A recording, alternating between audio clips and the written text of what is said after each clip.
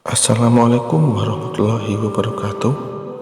Bagaimana kabar penonton setia BFS TV? Semoga tetap baik-baik saja dan selalu bahagia. Dan jangan lupa tetap semangat untuk mendengarkan channel BFS TV ini agar pengetahuan kita semakin bertambah. Pada kesempatan kali ini, BFS TV akan membahas sedikit perjalanan hidup Bapak Pendidikan Indonesia atau Ki Hajar Dewantara. Ki Hajar Dewantara tidak asing lagi namanya di telinga kita. Membicarakan sosoknya berarti memahami realisasi dengan tokoh-tokoh sejarah sezamannya. Kali ini kita akan membahas mengenai kisah hidup dari Bapak Pendidikan Nasional. Ki Hajar Dewantara lahir di Yogyakarta 2 Mei 1889 dengan nama R.M. Suwardi Suryaningrat, merupakan cucu dari Sri Paku Alam ketiga dan ayahnya bernama G.P.H. Suryaningrat. Yang pertama, pendidikan Ki Hajar Dewantara. Sebagai bangsawan Jawa, Suwardi Suryaningrat mengenyam pendidikan Europes Ligre School atau ILS, sekolah rendah untuk anak-anak Eropa. Kemudian ia mendapatkan kesempatan untuk masuk School of Leading for English Arten atau Stovia, atau yang sering disebut sekolah dokter Jawa. Namun karena kondisi kesehatannya tidak mengizinkan, membuat Suwardi Suryaningrat tidak tamat dari sekolah ini.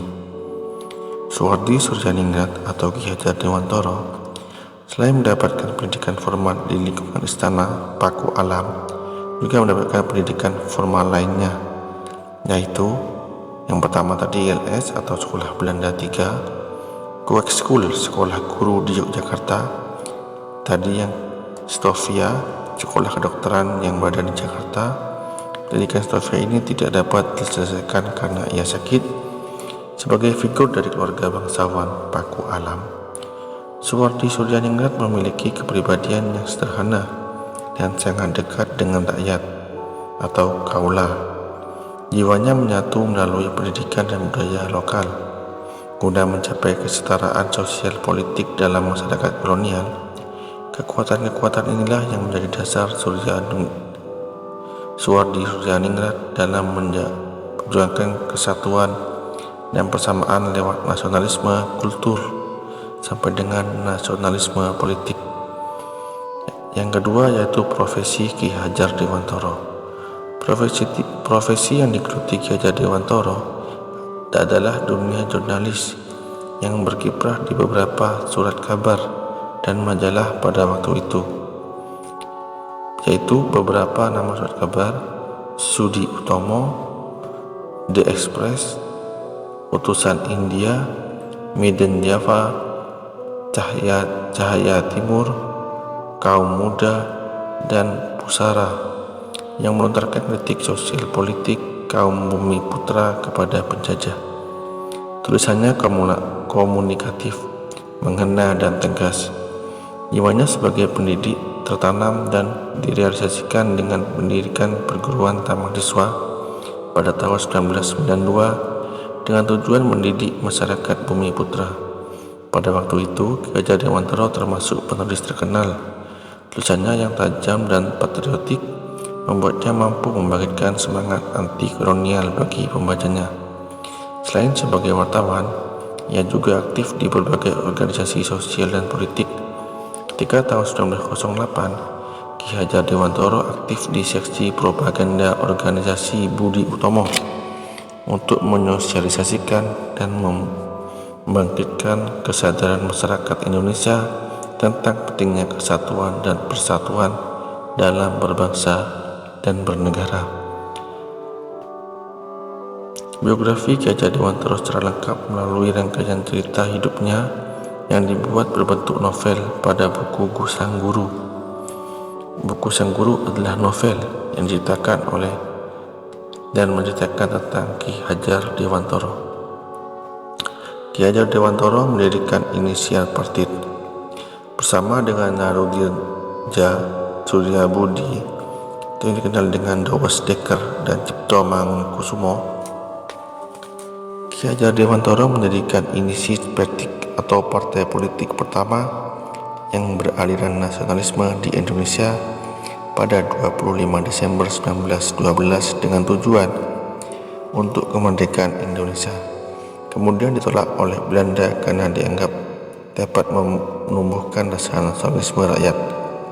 Setelah pendaftaran status Badan Hukum Indonesia pasti ditolak, Ki Hajar Dewantara ikut membentuk Komite Bumi Putra pada November 1913. Komite ini sekaligus sebagai komite tandingan dari Komite Perayaan 100 Tahun Kemerdekaan Bangsa. Komite Bumi Putra melancarkan kritik kepada pemerintah kolonial Belanda yang bermaksud merayakan 100 tahun bebasnya negeri Belanda dari penjajahan Prancis dengan menarik uang dari rakyat jajahannya untuk membiayai pesta perayaan tersebut. Berhubungan dengan rencana perayaan tersebut, Ki Hajar Dewantara mengkritik melalui tulisannya yang berjudul N for Land, Mark of Land for N, yang artinya satu untuk semua tetapi semua untuk satu juga, dan Ars il en Nederland was, seandainya aku seorang Belanda.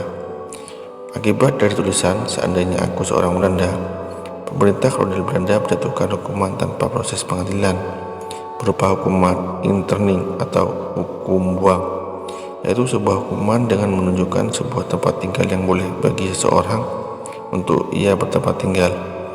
Ki Hajar Dewantara akhirnya dihukum buang di Pulau Bangka.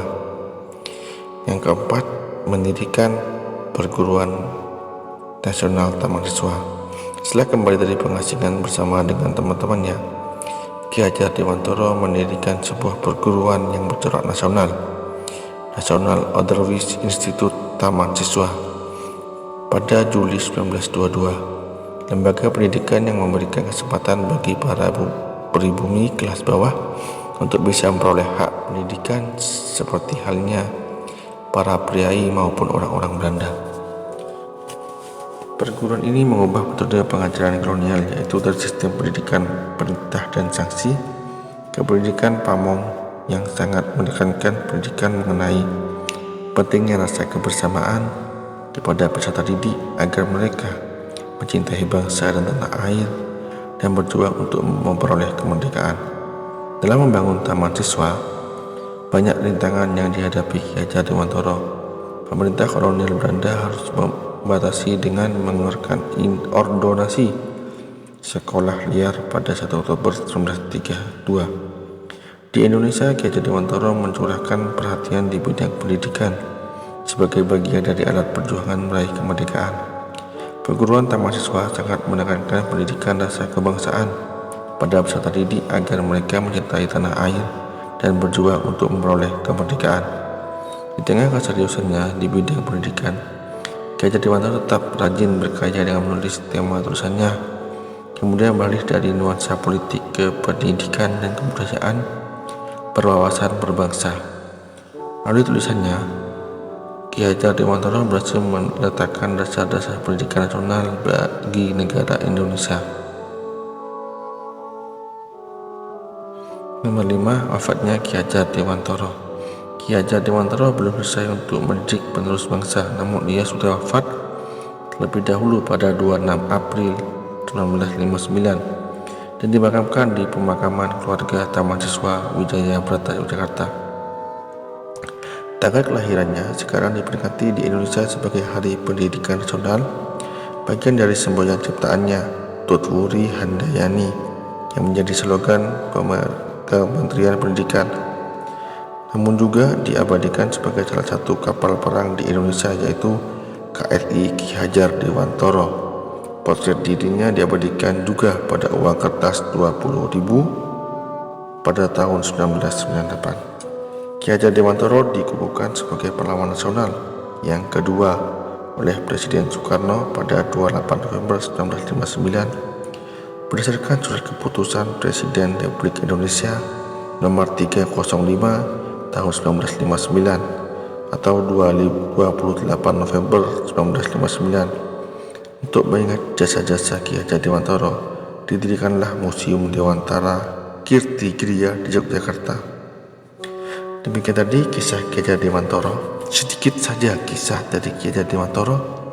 Semoga dapat menambah motivasi kita untuk selalu belajar dan belajar agar pengetahuan yang kita dapat berguna untuk mempertahankan kemerdekaan negara Republik Indonesia. Demikian, wassalamualaikum warahmatullahi wabarakatuh.